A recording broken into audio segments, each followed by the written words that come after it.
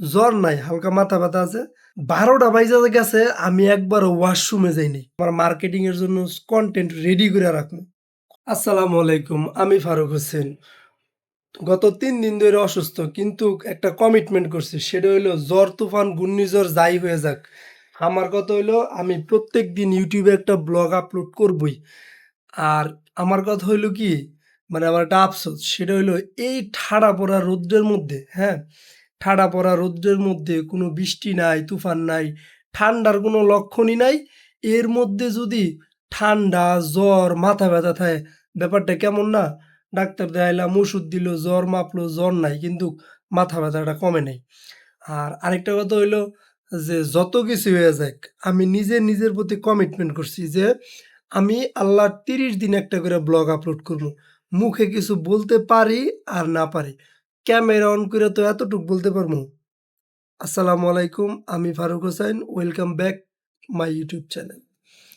এখন কত হইলো, সারাদিনে দুপুরে একবার আইছিলাম, সকালে ঘুম থেকে উঠছি, মুখ দিয়ে আমার কথা বেরই হয় না। আর মানে আবহাওয়ার এত খারাপ অবস্থা আপনার, এই আমি সকালে গরম পানি, হালকা কুসুম গরম পানি খেয়েছিলাম 1/2 লিটার। তারপরে পানি খাওয়ার পরে ২ ঘন্টা পরে আমি না, পানি খাওয়ার পরে একটু নুডলস খাইছি, আবার পানি খাইছি, ওষুধ খাইছি, আবার পানি খাইছি। ১২টা বাইজা গেছে, আমি একবারও ওয়াশরুমে যাইনি। এরপরে আমি আবার পানি খাইছি। তারপরে একটু অফিসে আইছিলাম, আইসা এই যে অফিস খুইলা দিয়ে আবার বাসায় গেছি। এখন আমি মাত্র আবার আসলাম। মানে মোটামুটি অত বেশিও খাই নাই, আবার কমও না।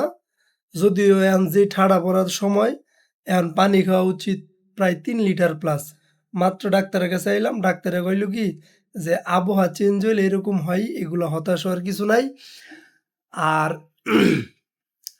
আমি আজকে সারাদিনে একবারও ওয়াশরুমে যাইনি।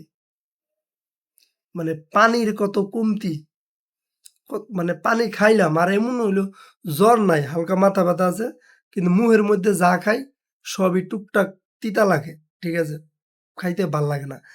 আর একটু পর পর মানে রোদ্রে গেলেই না মাথা মাথা চক্কর দেয়, মানে বেশিক্ষণ দাঁড়ায়ও থাকতে ইচ্ছা করে না, বসে থাকতে ইচ্ছা করে না। আমি মাত্র সব কিছু আমার, আমার পার্সোনাল লাইফ, আমার কাজ, আমি যেগুলা শিখতেছি এগুলা নতুন করে মাত্র রিস্টার্ট দিছি।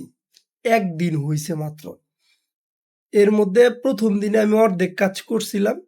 আর বাকি অর্ধেক করতে পারি নাই। তখনই আস্তে, আস্তে শরীর খারাপ হওয়া শুরু করে। আজকে ৩ দিন হয়ে গেল। আমার কাজগুলা সব গোল্লায় গেল।